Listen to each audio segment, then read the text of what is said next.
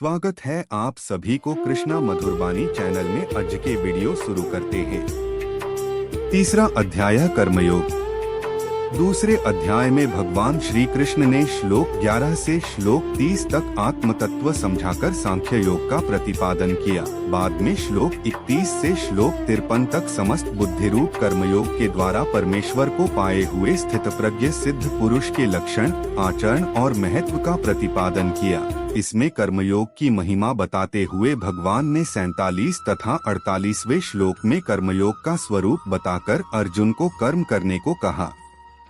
49वें श्लोक में समत्व बुद्धि रूप कर्मयोग की अपेक्षा सकाम कर्म का स्थान बहुत नीचा बताया। 50वें श्लोक में समत्व बुद्धियुक्त पुरुष की प्रशंसा करके अर्जुन को कर्मयोग में जुड़ जाने के लिए कहा और 51वें श्लोक में बताया कि समत्व बुद्धियुक्त ज्ञानी पुरुष को परम पद की प्राप्ति होती है।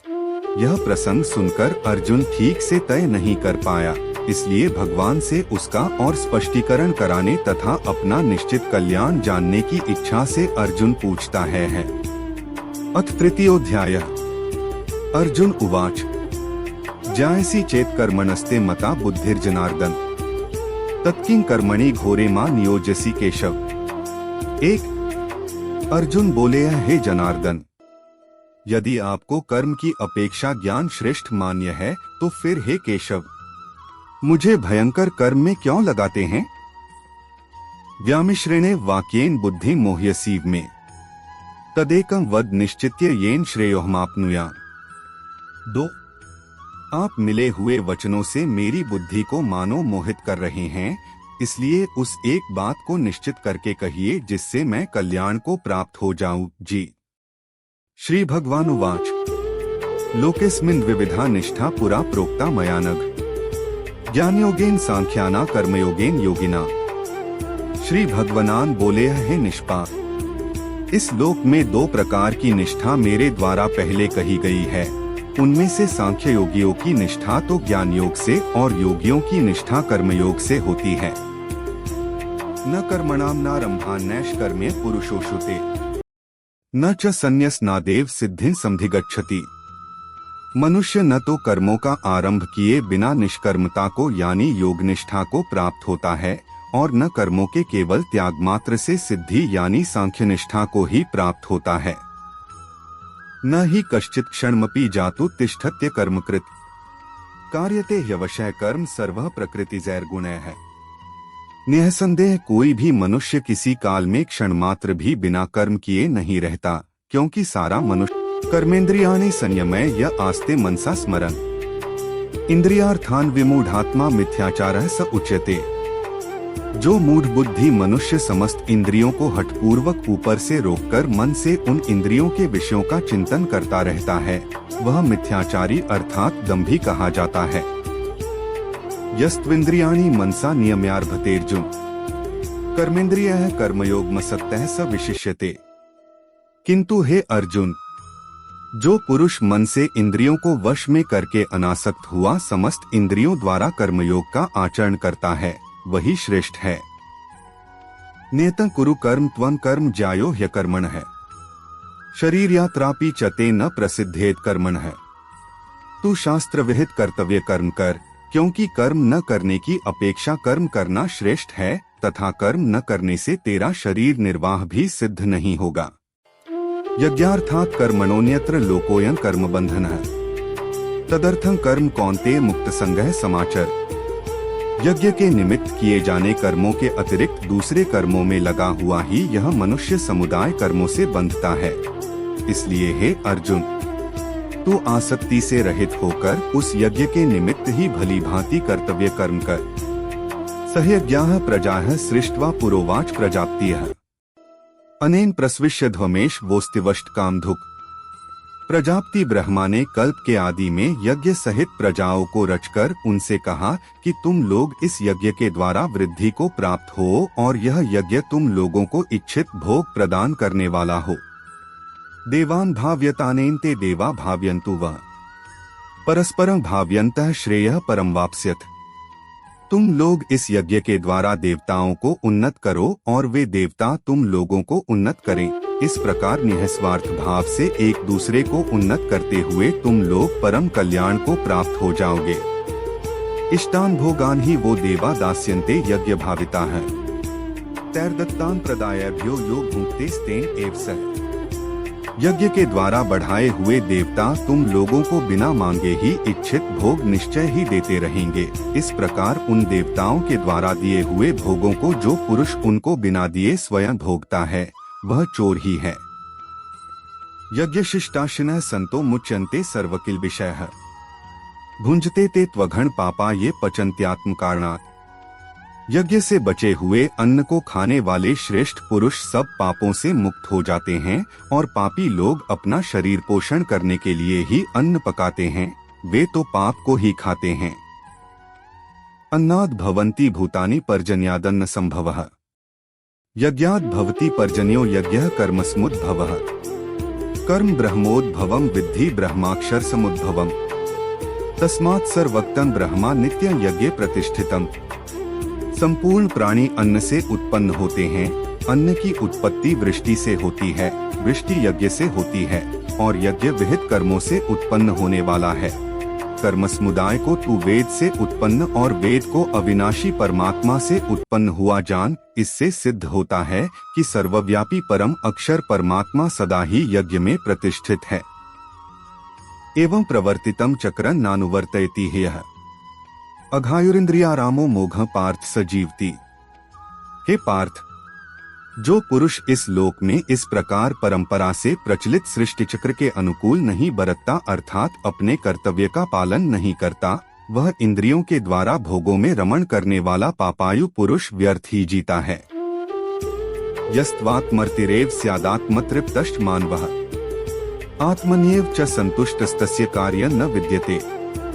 परंतु जो मनुष्य आत्मा में ही रमण करने वाला और आत्मा में ही तृप्त तथा आत्मा में ही संतुष्ट है, उसके लिए कोई कर्तव्य नहीं है।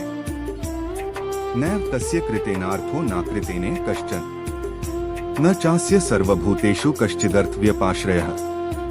उस महापुरुष का इस विश्व में न तो कर्म करने से कोई प्रयोजन रहता है और न कर्मों के न करने से ही कोई प्रयोजन रहता है तथा संपूर्ण प्राणियों में भी इसका किंचन मात्र भी स्वार्थ का संबंध नहीं रहता। तस्मात् सक्तः सक्तं कार्यं कर्म समाचर असक्तो ह्याचरण कर्म परमाप्नोति पुरुषः। इसलिए तू निरंतर आसक्ति से रहित होकर सदा कर्तव्य कर्म को भली भांति करता रहे, क्योंकि आसक्ति से रहित होकर कर्म करता हुआ मनुष्य परमात्मा को प्राप्त हो जाता है। कर्मणः भी संसिद्धिमा स्थिता जनकादयः। लोक संग्रह में वापी संपश्यन कर तुमर्हसि।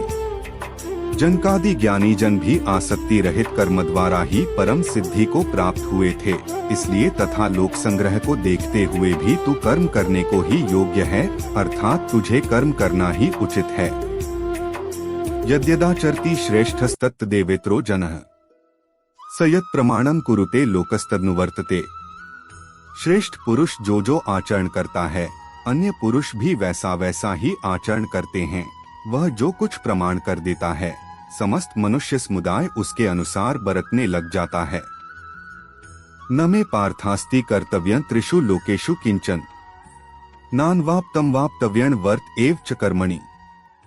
हे अर्जुन, मुझे इन तीनों लोकों में न तो कुछ कर्तव्य है, न ही कोई भी प्राप्त करने योग्य वस्तु अप्राप्त है, तो भी मैं कर्म में ही बरतता हूँ।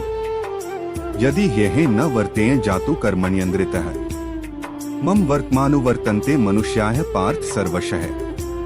क्योंकि हे पार्थ, यदि कदाचित मैं सावधान होकर कर्मों में न बरतूं तो बड़ी हानि हो जाए, क्योंकि मनुष्य सब प्रकार से मेरे ही मार्ग का अनुसरण करते हैं। उत्सीदेवरी में लोका न कुर्या कर्म चेदहम् संकरस्य च कर्ता स्यामुपहन्यामिमाः प्रजाः।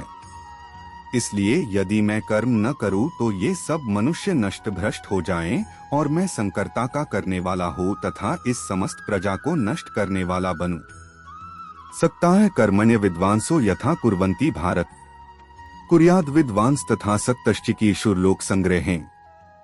हे भारत, कर्म में आसक्त हुए अज्ञानी जन जिस प्रकार कर्म करते हैं, आसक्ति रहित विद्वान भी लोक संग्रह करना चाहता हुआ उसी प्रकार कर्म करे। न बुद्धिभेदम जनेद ज्ञाना कर्म संगिना जोशेत सर्व कर्माणि विद्वान युक्तः समाचर। परमात्मा के स्वरूप में अटल स्थित हुए ज्ञानी पुरुष को चाहिए कि वह शास्त्र विहित कर्मों में आसक्ति वाले अज्ञानियों की बुद्धि में भ्रम अर्थात कर्मों में अश्रद्धा उत्पन्न न करे, किंतु स्वयं शास्त्र विहित समस्त कर्म भली भांति करता हुआ उनसे भी वैसे ही करवावे। प्रकृतेः क्रियमाणानि गुणैः कर्माणि सर्वशः अहंकार विमूढ़ात्मा कर्ताहमिति मन्यते। वास्तव में संपूर्ण कर्म सब प्रकार से प्रकृति के गुणों द्वारा किए जाते हैं, तो भी जिसका अंतःकरण अहंकार से मोहित हो रहा, ऐसा अज्ञानी मैं करता हूँ ऐसा मानता है। तत्त्ववित्तु महाबाहो गुणकर्म विभाग्यो है गुणा गुणेषु वर्तन्त इति मत्वा न सज्जते। परंतु हे महाबाहो, गुण विभाग और कर्म विभाग के तत्व को जानने वाला ज्ञानयोगी संपूर्ण गुण ही गुणों में बरत रहे हैं, ऐसा समझकर उनमें आसक्त नहीं होता। प्रकृतेर गुण सम्मूढ़ाय सज्जन्ते गुण कर्मसु तान कृत्स्न विदो मंदान कृत्स्न विन विचाले। प्रकृति के गुणों से अत्यंत मोहित हुए मनुष्य गुणों में और कर्मों में आसक्त रहते हैं। उन पूर्णतया न समझने वाले मंदबुद्धि अज्ञानियों को पूर्णतया जानने वाला ज्ञानी विचलित न करे।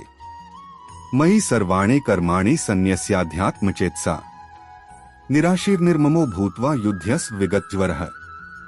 मुझ अंतर्यामी परमात्मा में लगे हुए चित्त द्वारा संपूर्ण कर्मों को मुझ में अर्पण करके आशारहित, ममतारहित और संतापरहित होकर युद्ध कर। ये में मतमिदं नित्यम नुतिष्ठन्ति मानवा है। श्रद्धावंतों सुयंतो मुच्यन्ते तेपि कर्मभिः। जो कोई मनुष्य दोष दृष्टि से रहित और श्रद्धायुक्त होकर मेरे इस मत का सदा अनुसरण करते हैं, वे भी संपूर्ण कर्मों से छूट जाते हैं। ये त्वेतद्भ्यसूयन्तो नानुतिष्ठन्ति में मतम सर्वज्ञान निमूढ़ांस्तान विद्धि नष्टान चेतसः।